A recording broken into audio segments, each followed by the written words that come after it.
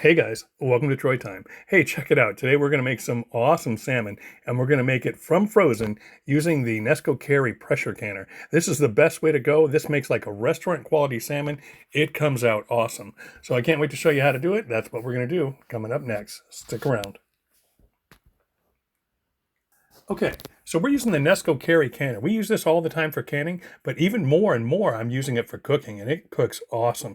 So the big benefit of this is that we can cook fish, and today's example is salmon, but we can cook it from frozen. Saves tons of time, tons of effort, just really works out well. Here's what we're going to need. We're going to need a salmon. We're going to need some chicken bouillon, and we're going to need a dressing, your favorite dressing. Very little stuff, guys. This is super easy to do. I'm using the market side Atlantic salmon. You know, I use a lot of Food Lion products. I do shop at Food Lion a lot, but I've come not to like their salmon too much. Their salmon's really, really thin and it's not very flavorful. I found this here. It's a little more expensive. It's market side Atlantic salmon. I get it at Walmart. This bag, I think it's like $12 a pound, something like that. So not too bad. It's definitely worth it. It's like restaurant quality. I love it. And then you're going to want to get some chicken bouillon. I use the Nor bouillon here. You could use any brand; it doesn't really matter. You just want to make sure that you get the chicken right, because these packaging look pretty similar between the beef and the tomato as well. But make sure you got the chicken on this one, and just a little bit of chicken bouillon. It is optional, but it will help give that salmon a little more flavor. It's really nice. I use it all the time. And then your favorite dressing, right? I like the roasted red pepper Italian. That's really good. Sometimes I use the balsamic as well, but the roasted red pepper Italian is really, really good. It mixes with the other spices that we use real well, and it just tastes really, really nice. Okay, the next thing we're going to use is Tony Chatrin's Creole seasoning. I love this for that little hint of spiciness that just makes everything nice. You don't have to use it. It's optional, but I really, really like it. It mixes with the sweet and the sweet of the dressing. It just really tastes good. And so the new list of everything that we're using looks like this, right?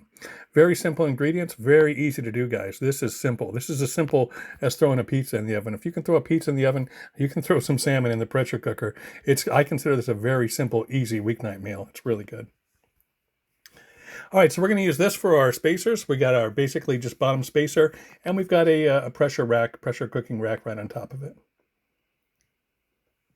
So we put the spacer in the bottom, and we put the pressure rack right on top of that. Okay, and that's just going to lift it up so that the salmon's not soaking in the water. You don't necessarily need these, but I like it because it just keeps things a little bit more balanced. All right, so we are using that market side salmon, like I say, and these are individually wrapped. You can cook however many you want.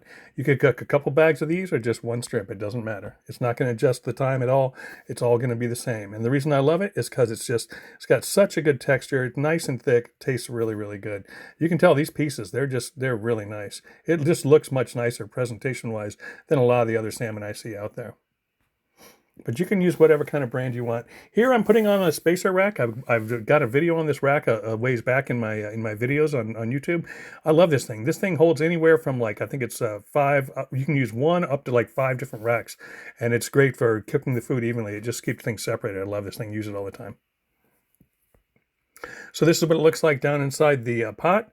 And it's just, I'm cooking 3 pieces today, just like that. But look how nice that looks, man. Even frozen, it looks tantalizing. And so we're just going to open up our bouillon. What I like to do is just sprinkle a little bouillon right into the cap. And you don't have to be precise. This isn't, measured real well. But it's just going into the bottom and just going to help infuse a little flavor. So if you do a little more than this is okay. A little less is fine too. And the only other thing I'm using is just a couple cups of water. Just a little over 2 cups. And that's just going to pour right over the top.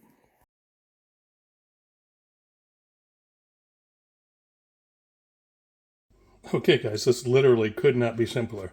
I literally take the bouillon and I just sprinkle it over the top.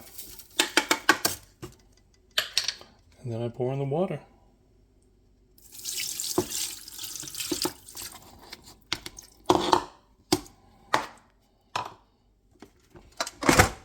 Close it up. Make sure that we are on airtight. And then we're going to come over and we're going to go pressure cook. Now you can go either 6 minutes if you like it a little bit lighter, or 7 minutes if you like it a little more done. Either one of those is perfect. And then push start. You're good to go. That's all you need to do. Now I'm going to time the exact amount of time that it takes to cook, because it will take a few minutes, probably 10 minutes for it to come up to heat, and then 6 minutes after that. Okay guys, it's been the sum total of 16 minutes. We're going to come up top and we're going to release the pressure.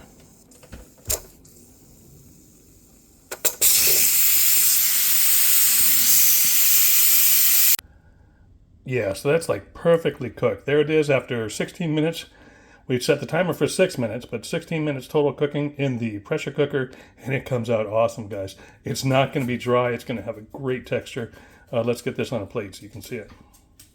Yeah, so here it is coming out of the pressure cooker, completely cooked perfect. I used to really struggle cooking it in the oven. It would dry out and be a big mess, but pressure cooker is so easy. It just comes out perfect. Here it is on the plate. You can tell that just looks flavorful. It is so juicy. It is so tender. Man, I just love this method. So easy. Now, we are going to use red pepper dressing as a dipping sauce. You could drizzle it over if you wanted to. I like to put it in a little sauce container that I can dip it into. Makes it really nice and easy, and it presents well right on the plate. So that's the way I like to do it.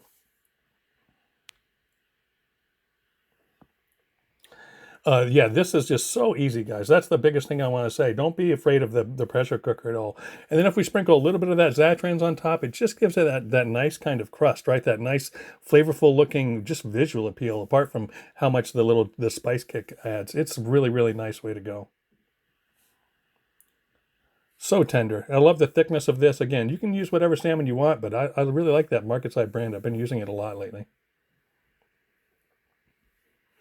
And yeah, you can it slices right off and just flakes off beautifully, and you can dip it right into the sauce. So tempting, so tantalizing. Really, really good stuff. And like I say, this is easy, guys. This is restaurant quality, and this is what I consider one of the easy meals to make. I do this when I don't feel like cooking. It's just so good, so easy. You know, even children love this. You know, it's like a lot of picky eaters. It's so tender. It tastes so good. And yeah, I like it a lot. So definitely don't be intimidated by the pressure cooker. It's a great way to go. It's great for canning, great for cooking. Use it all the time. You can do similar things with different types of fish. We'll have more videos of those fish coming soon. But tonight I was cooking salmon, so I wanted to bring you all along. You can use whatever dressing you like. I do like the red roasted pepper. Sometimes I use a balsamic as well. The other thing that's great is the cleanup.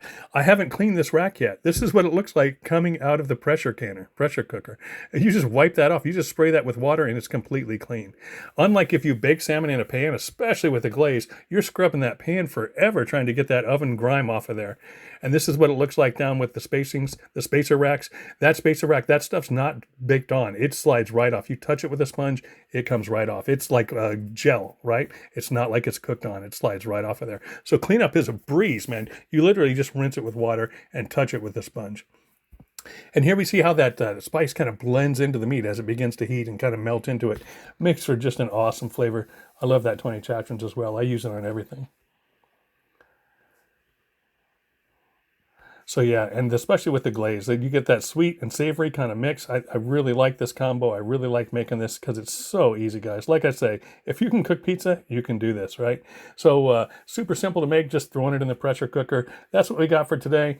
A great way to go. I love cooking fish from frozen. I always used to struggle cooking fish in the oven, and I don't struggle anymore. The pressure cooker is the way to go. It's the way I always do my seafood. I love it. It's so easy. It makes weekend night dinners just a breeze. This feels like restaurant quality. This feels special. Usually I serve it with sometimes steamed broccoli, sometimes asparagus, things like that. And otherwise I may serve it sometimes with either corn or a rice pilaf. So that's how I like to use it. That's the meals I like to make with the salmon. Occasionally I'll just make the salmon and then use it in salads as well, which is another good thing to do. But yeah, that's what we got for today. Be sure and like and subscribe to the channel. Lots of good videos coming forth. Thanks for being here. This is Troy Time. We'll talk to you again soon. I'm out.